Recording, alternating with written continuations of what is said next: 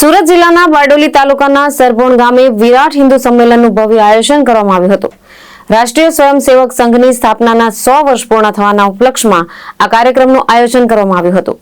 સરભોણ મંડળ દ્વારા આયોજિત વિરાટ હિન્દુ સંમેલનની શરૂઆત ભક્તિમય વાતાવરણ વચ્ચે વિરાટ રેલીથી થઈ હતી। સરભોણ ગામથી આસપાસના 15 ગામોમાં રેલી કાઢી હિન્દુ એકતા અને જાગૃતિનો સંદેશ પ્રસારિત કરવામાં આવ્યો હતો। સંમેલનનો મુખ્ય ઉદ્દેશ સનાતન સંસ્કૃતિનું સંરક્ષણ, સામાજિક એકતા મજબૂત બનાવી અને હિન્દુ સમાજમાં સંગઠિત ભાવના વિકસાવવાનો રહ્યો હતો। સાથે જ વૈશ્વિક સ્તરે વધતા ગ્લોબલ વોર્મિંગના ખતરા સામે જાગૃતિ લાવી પર્યાવરણ રક્ષણ માટે સંકલ્પ લેવાયો હતો। આ કાર્યક્રમમાં સરભોણ વિભાગ, ગાયત્રી પરિવાર, સ્વામિનારાયણ સંપ્રદાયના પ્રતિનિધિઓ તેમજ ગામના આગેવાનો વિજયભાઈ પંચાલ, કરશનભાઈ પ્રજાપતિ, જશવંતભાઈ ઢીમર, મહેન્દ્રભાઈ શાહ અને નીણદ ગામના આગેવાન ચંદુભાઈ પટેલ સહિત મોટી સંખ્યામાં ગ્રામજનો હાજર રહ્યા હતા।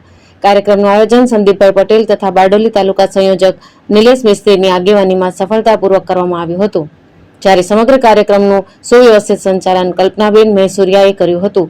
સમગ્ર કાર્યક્રમ શાંતિપૂર્ણ અને ઉત્સાહભેર પૂર્ણ થયો હતો। મારું નામ સંદીપભાઈ અંબુભાઈ પટેલ, મારે ગામ નીણદ અને આજે સરભોણ ગામે અમે વિરાટ હિન્દુ સંમેલન રાખ્યું છે। અમારા આજુબાજુના 15 ગામો જે સરભોણ વિભાગના છે એટલે બધા ગામોમાં અમે ડોર ટુ ડોર અમારા સેવક આરએસએસના આપણે સેવકો અમે બધા ગામે ગામ અને ઘરે ઘરે જઈને આજે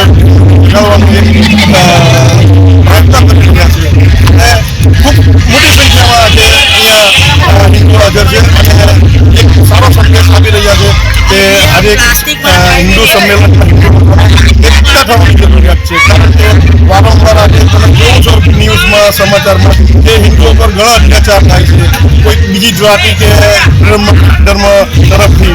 તો એ ધર્મોને અમે અમારા હિન્દુ ધર્મને બચાવવા કે અમારા ભારત દેશને બચાવવા સારું અમે જાન બી આપી શકીએ અને જાન લઈ બી શકીએ છીએ।